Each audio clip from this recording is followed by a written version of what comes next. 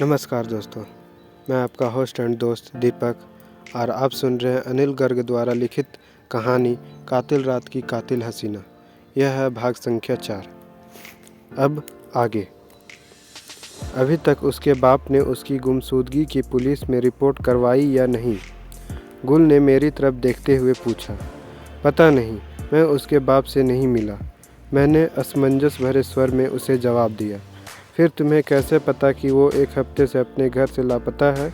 गुल मुझसे ही किसी जासूस की भांति सवाल जवाब कर रही थी।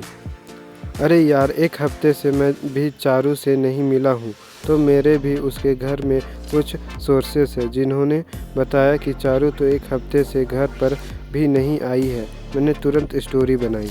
उसके दूसरे ठिकानों पर ढूंढा उसे? गुल ने फिर से मुझे पूछा। दूसरे कौन से ठिकाने? जिन जिन जगहों पर मैं उसके साथ गया हूँ वहाँ जाकर तो सभी जगह ढूंढ चुका हूँ। इसी वजह से तो इस क्लब में आया था। मैंने फिर से बात को घुमाया। हैरानी है कि तुम उसके बॉयफ्रेंड होने के बावजूद इस जगह पर पहले कभी नहीं आए, जबकि यह जगह तो चारू की सबसे पसंदीदा जगह थी। गुल मुझे अपने ही सवालों में उलझा चुकी थी। शायद वो मुझे अपने दूसरे चाहने वालों के सामने न लाना चाहती थी। जैसे कि अब अगर आपका ये सेवक किसी दूसरे के सवालों में उलझ जाए तो आप ही सबसे पहले अपने इस सेवक पर 1000 लानतें भेजेंगे। इस बात में तो दम है। लड़की कितनी भी कमीनी हो पर अपने 2 बॉयफ्रेंड को कभी एक दूसरे के सामने नहीं लाना चाहती। गुल ने मेरी बात से सहमति में अपनी उस सुराहीदार गर्दन को हिलाया। अब ये बताओगी कि ये कामरन के पास कैसे पहुंचा जा सकता है? मैं अब उसके सवालों से निजात पाना चाहता था। खुद से पहुंचना तो मुश्किल है, क्योंकि उसका कोई एक ठिकाना नहीं है। वो अपने ठिकाने बदलता रहता है। ये उसका धंधा चलाने का अपना स्टाइल है। गुल कामरन के बारे में भी काफ़ी कुछ जानती थी। गुल चारू के बारे में भी बहुत कुछ जानती थी। गुल अभी के बारे में भी काफ़ी कुछ जानती थी। मेरे हाथ तो क्लब में पहले दिन ही गुल के रूप में विकिपीडिया हाथ लग गया था। जब इतना कुछ जानती हो तो ये भी जानती होगी कि उससे मिला कैसे जा सकता है। मैंने उम्मीद भरी नज़रों से उसे देखा। उसके बारे में मेरे पास बस एक ही जानकारी है। वो 3 दिन बाद क्रूज से गोवा जाने वाला है। उस पूरी रात वो क्रूज पर ही रहेगा। मुंबई के कुछ बड़े लोगों की पार्टी उस क्रूज पर है और मेहमान नवाजी का सारा दारोमदार कामरन के ऊपर ही है। गुल पता नहीं मुझे कोई भी बात बताने से संकोच नहीं कर रही थी। तुम्हें लोगों के बारे में इतनी जानकारी कैसे रहती है? तुम्हारी असलियत क्या है? मैंने काफ़ी देर से खटक रही बात को आखिर में पूछ ही लिया था, क्योंकि मुझे शौक है अपने आसपास के लोगों के बारे में जानकारी रखने का। गुल ने अजीब से लहजे में मुझे बोला।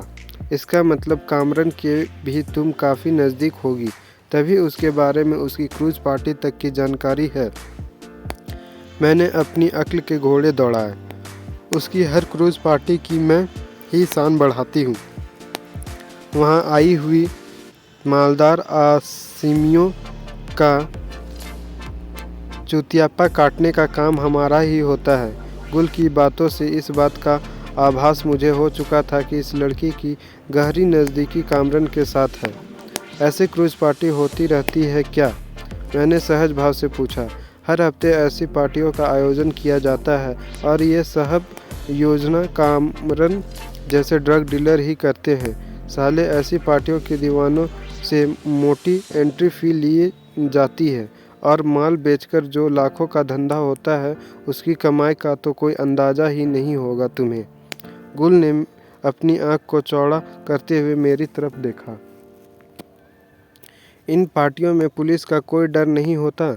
मैंने यूं ही ये फालतू का सवाल किया था।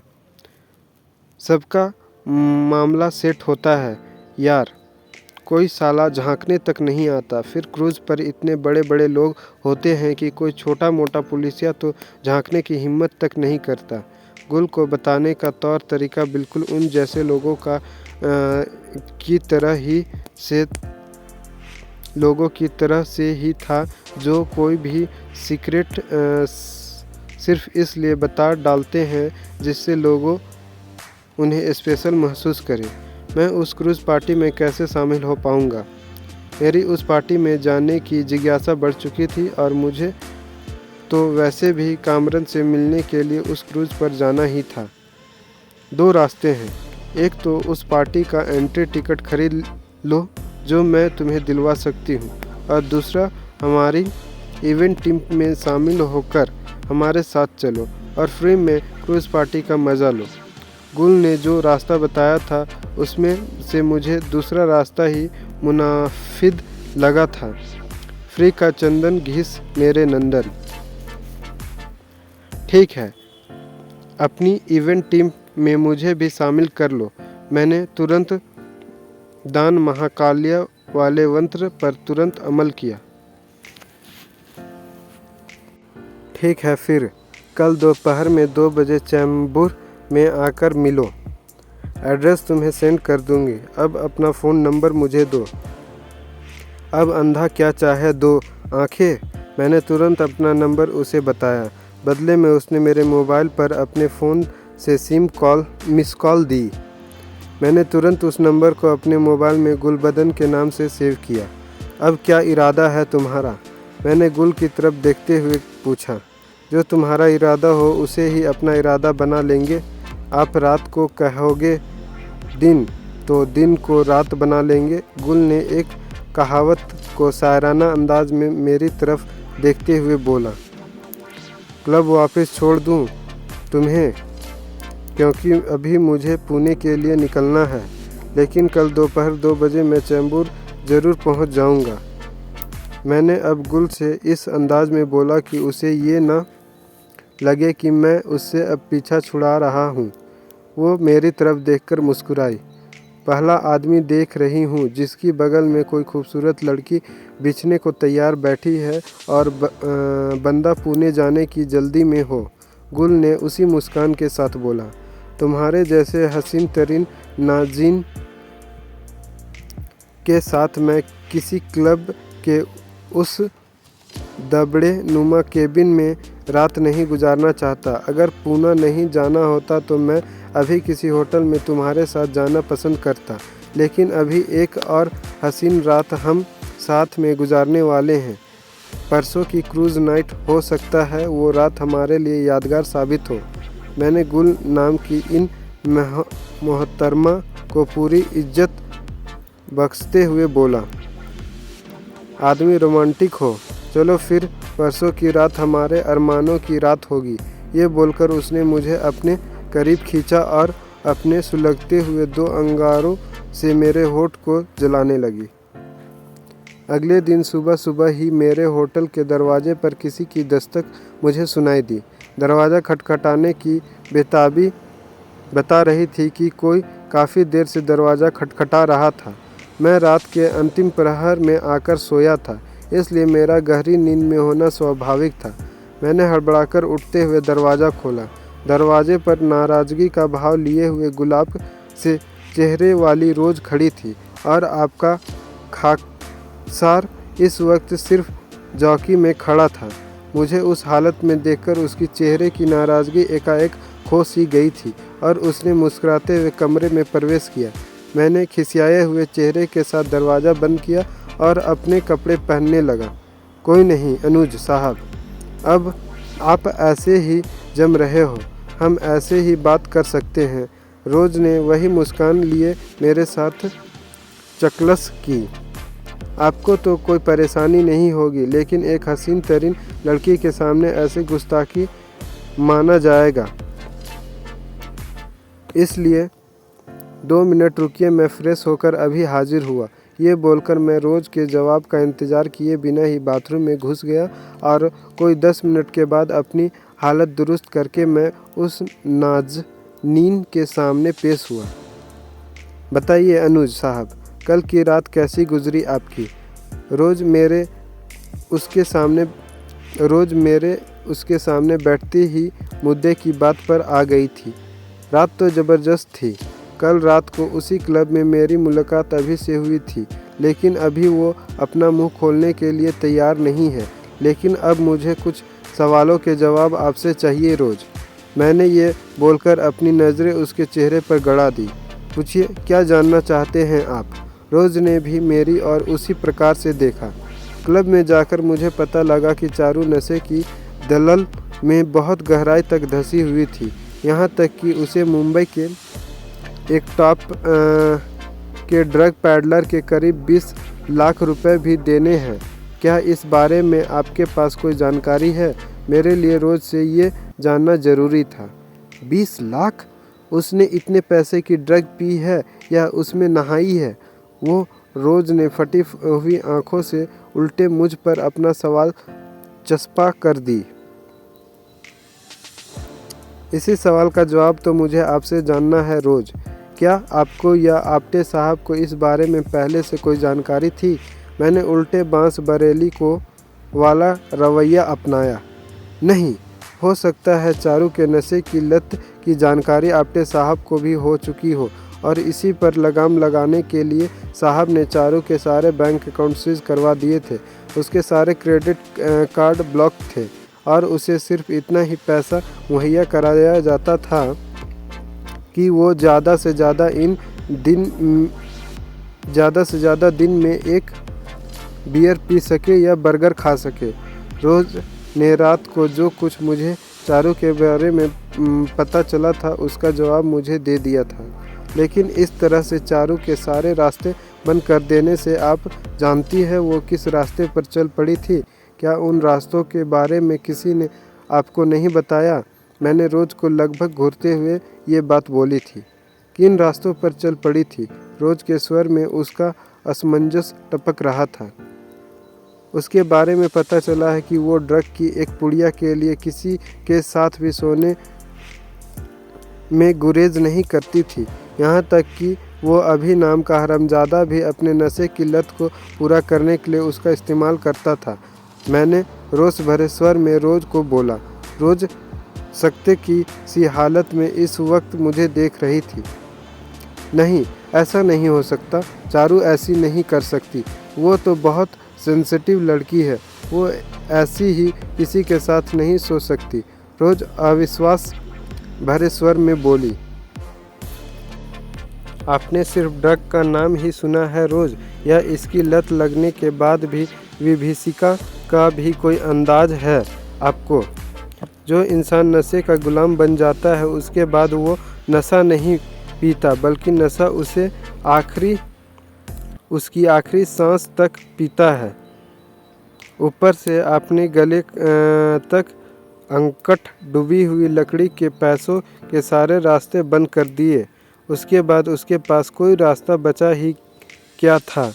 किसी भी गलत संगत में लड़की के पास पैसा होना कोई ज़रूरी नहीं होता, बस लड़की होना ही ज़रूरी होता है। और किसी लड़की से कोई कैसी अपनी चीज़ के दाम वसूल करता है वो एक लड़की होने के नाते मुझसे बेहतर आप जानती होंगी। मैं आवेश में बोलता ही चला गया था, लेकिन हमें तो मालूम ही नहीं चला कि वो नशे के रास्ते पर इतना आगे बढ़ चुकी थी। रोज़ ने डरे हुए स्वर में बोला। आपटे साहब का भी कमाल है। अपनी बच्ची के लिए एक केयर टेकर रखकर अपनी जिम्मेदारी से मुक्त हो गए। लेकिन एक बात मेरी समझ में नहीं आई कि अब जब आप लोगों को उसकी नशे की लत के बारे में पता ही नहीं था तो आपको पैसे देना बंद क्यों किया गया? इसकी क्या वजह थी? मेरे दिमाग में ये सवाल अचानक ही कौंधा था। अपने माँ बाप की लड़ाई की सज़ा वो लड़की भुगत रही थी। अनुज। रोज़ ने अलग ही कारण बयान किया था। क्या मतलब? मैंने नासमझी से रोज़ की ओर देखा। मतलब ये कि आपटे साहब ने एक बार चारू का अकाउंट चेक किया था तो एक बड़ी रकम हर महीने उसके अकाउंट से गायब मिलती थी। जिसके बारे में चारू ने कोई जवाब न देकर बहाना बनाया कि शायद उसका अकाउंट किसी ने हैक कर लिया। उस वक्त उसी की बात को मानकर आप्टे साहब ने उसके अकाउंट को सीज करवा दिया था और उसके सारे कार्ड भी ब्लॉक करवा दिए थे। उसके बाद से थोड़े बहुत पैसे ही उसे मिलते थे। रोज़ ने विस्तार में मुझे बताया। अकाउंट हैक होने की कहानी झूठी थी या सच्ची थी? मैंने पूछा। कोई अकाउंट हैक करेगा तो एक ही अकाउंट हैक करेगा। चारू के सारे बैंक के अकाउंट तो हैक नहीं करेगा और पैसों की ये निकासी कई महीने से चल रही थी। आजकल तो हर ट्रांजैक्शन पर बैंक अलर्ट आता है कस्टमर के पास। फिर चारू को क्या कभी कोई अलर्ट नहीं मिला होगा, इसलिए उसकी कहानी को झूठा ही माना गया था। रोज़ ने कायदे की बात की थी, लेकिन इस बात का पता लगाने में कोई मुश्किल नहीं आनी चाहिए थी कि ये पैसा किन लोगों के अकाउंट में गया था। आप्टे साहब की तो एक रिक्वेस्ट पर पूरी बैंक सिस्टम हरकत में आ गया होगा। मैंने भी जवाब में कायदे की ही बात की थी। हाँ, उन अकाउंट के बारे में पता लगने के बाद ही चारू के नाम के सभी अकाउंट बंद किए गए थे। नहीं तो चारू के नाम से कॉर्पोरेट अकाउंट भी डील किया जाता था। रोज़ ने मुझे बताया। मतलब चारू के नाम से बनी हुई आप्टे साहब की सेल कंपनियों के खाते में अच्छा खासा लेन देन होता था। मैंने नब्ज पकड़नी चाहिए। कोई सेल कंपनी नहीं है अनुज, सभी कंपनियां आज भी काम कर रही है। रोज़ ने तुरंत मेरी बात का विरोध किया। वैसे कितनी रकम की हेरा फेरी की गई थी? मेरे लिए ये जानना इसलिए ज़रूरी था क्योंकि मैं इस तालाब की बड़ी मछलियों का अंदाज़ा लगाना चाहता था। कोई 8 करोड़ के करीब की निकासी हुई थी। उसके बाद ही चारू के ऊपर सख्ती की गई थी। जिन लोगों के अकाउंट में वो पैसा पाया गया था वो लोग कौन थे? मैंने अगला सवाल किया। सभी आप्टे साहब की वाइफ के करीबी लोग थे। रोज़ की बात सुनते ही मेरे मुंह से सीटी निकल गई थी। तब तो ऐसा हो सकता था कि उन्हीं करीबी लोगों ने चारू को गायब किया हो, लेकिन मेरी जानकारी के मुताबिक चारू को आखिरी बार पिछले शनिवार को उस ड्रग पैडलर के साथ देखा गया था जिसके उसने 20 लाख रुपए देने थे। मैंने चारू को बोला। इसका मतलब चारू बहुत बड़ी मुसीबत में है अनुज, तुम्हें जल्द ही कुछ करना होगा। रोज़ ने उतावले स्वर में बोला। मैं शायद कल तक उस ड्रग पैडलर तक पहुंच जाऊं और उसे चारू के बारे में कुछ जान पाऊं, लेकिन आज मुझे चारू की मम्मी से भी इस बारे में बात करनी पड़ेगी। लेकिन इस बारे में अभी आप आप्टे साहब को कुछ नहीं बताएंगी? मैंने रोज़ की ओर देखते हुए बोला। ठीक है, मैं अभी आप्टे साहब को कोई रिपोर्ट नहीं दूंगी। आप आज मिसेज आप्टे से मिल लीजिए। रोज़ ने मेरी बात पर तुरंत ही श्रद्धा के फूल चढ़ाए। आप मेरे साथ अभी ब्रेकफास्ट करना पसंद करेंगी रोज़? मैंने घड़ी की तरफ देखते हुए बोला। ज़रूर, मैं ब्रेकफास्ट ऑर्डर करती हूँ अनुज। तब तक आप बात वगैरह लेना हो तो ले सकते हैं। रोज़ ने मेरी ओर देखते हुए बोला। आप भी ब्रेकफास्ट नहा कर ही करती हैं? मैंने यूं ही फालतू के सवाल किया। हाँ, मैं नहा कर ही करती हूँ, रोज़ ने मुस्कुराते हुए जवाब दिया। तो अभी आप नहाकर आई हैं या यहीं नहाना पसंद करोगी? मैंने हसरत भरी नज़रों से रोज़ को देखते हुए पूछा। इस मामले में आप थोड़े से बदकिस्मत हो अनुज। मैं सुबह 6 बजे ही रोज़ाना नहा लेती हूँ, तो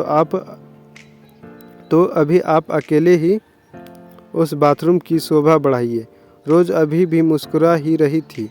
पता नहीं ये लड़कियां हर बात पर इतना मुस्कुराती क्यों हैं, जबकि हर बात को इन्होंने मना ही करना होता है।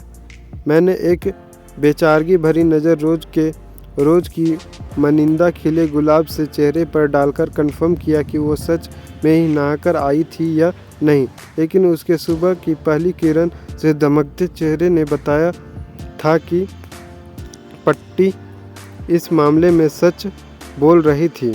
मैं बुझे मन से बाथरूम के अंदर घुस गया। मुझे पक्का यकीन था कि अभी भी उसके चेहरे की मुस्कान गायब नहीं हुई होगी। तो आज के लिए बस इतना ही दोस्तों, मिलते हैं इसके अगले पार्ट में। तब तक के लिए धन्यवाद। हंसते रहिए, मुस्कुराते रहिए। जय हिंद, जय भारत।